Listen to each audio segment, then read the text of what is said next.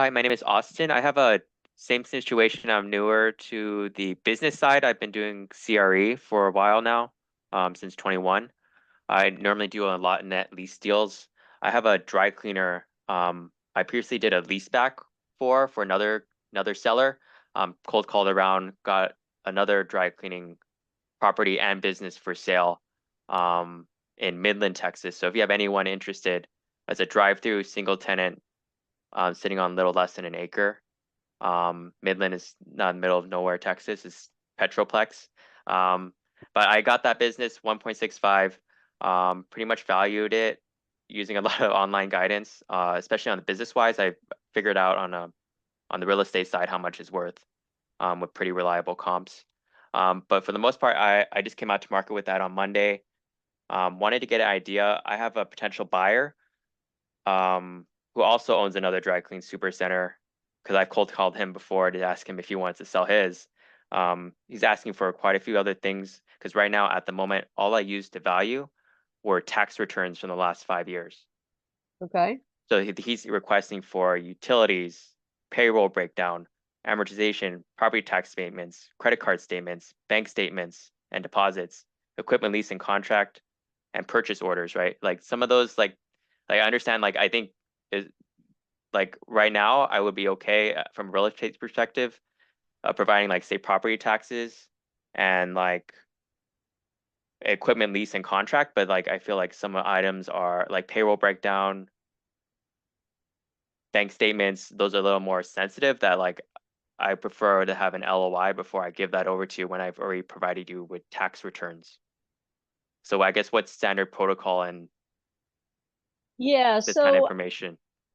right. So the buyer is trying to do some preliminary due diligence before putting together an LOI, primarily because once they put a number on an LOI, sellers get really upset if that number deviates. And so, you know, I've come across brokers before that have said, we're not going to give you any information until you give us an LOI or a purchase offer.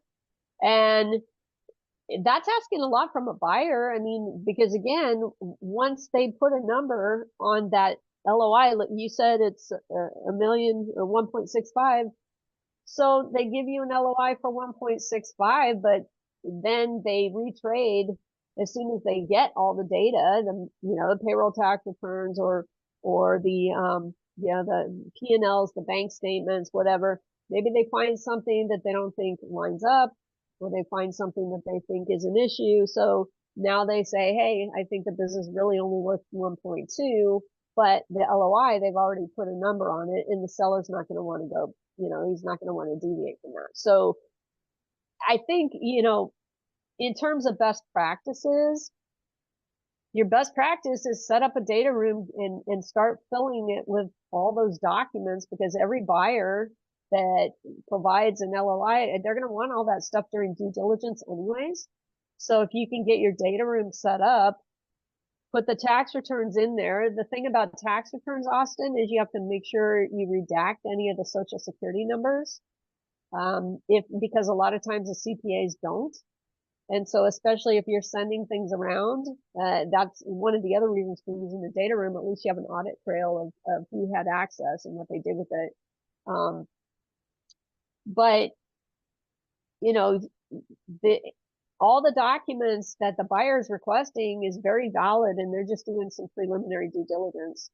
I would get it set up. I'd put it all in the data room as much as possible, give them access to the data room, tell them you're going to continue adding files as you get them from the seller.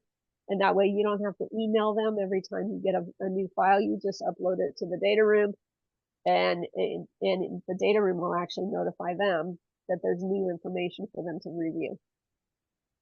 Okay, so it's better just to, I guess, go after this. I redacted everything. I did that beforehand because I put myself in their shoes too, that I don't want obviously social security numbers, Yeah. addresses and names on there.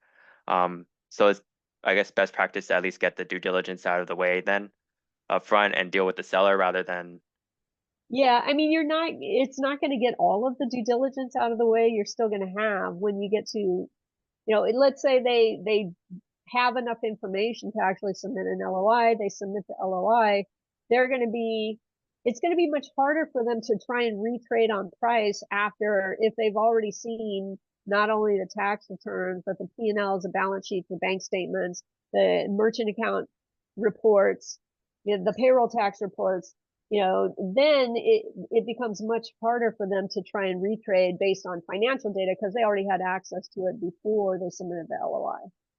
Okay. And then in terms of that, then since they're getting most of the due diligence up front, of course, in this case, they're going to need, of course, to get a environmental test done on Yep. the site.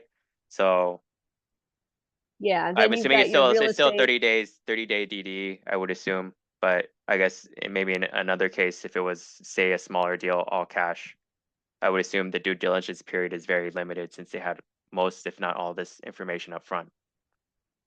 Right. If you have it all in the data room up front, and if you're doing business brokerage under EXP commercial, then you are required to be a member of the IBBA. And if you're a member of the IBBA, then you have free access to vault rooms as a data room provider. So you have a free subscription to vault rooms.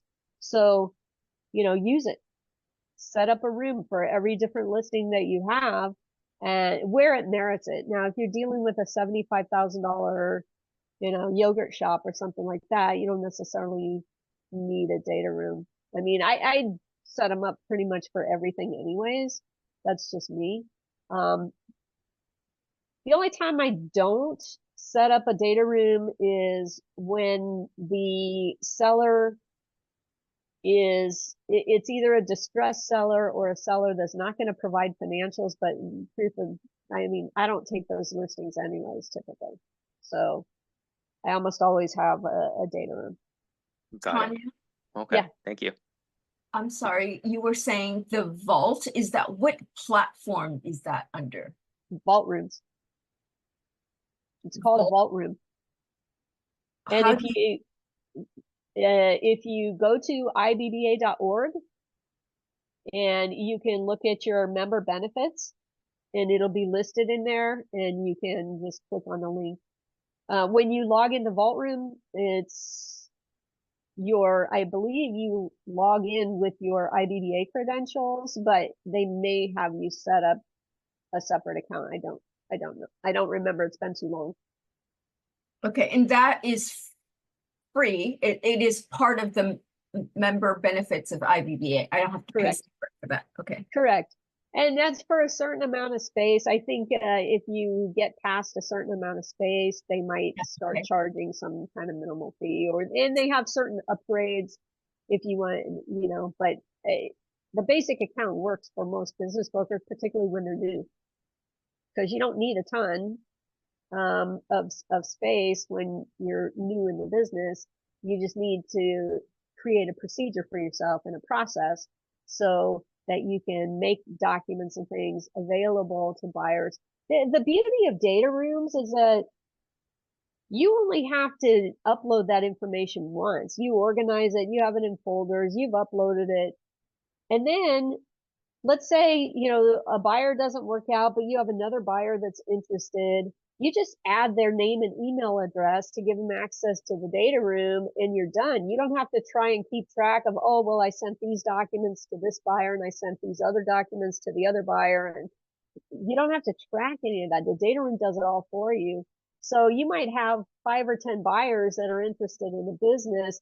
And if you give them all access to the data room, you know that every single one of those buyers has access to the same set of information.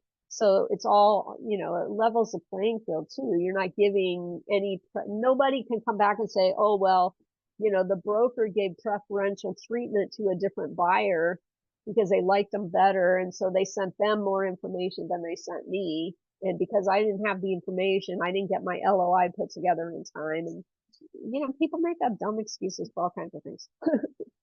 So you just want to keep it easy on yourself.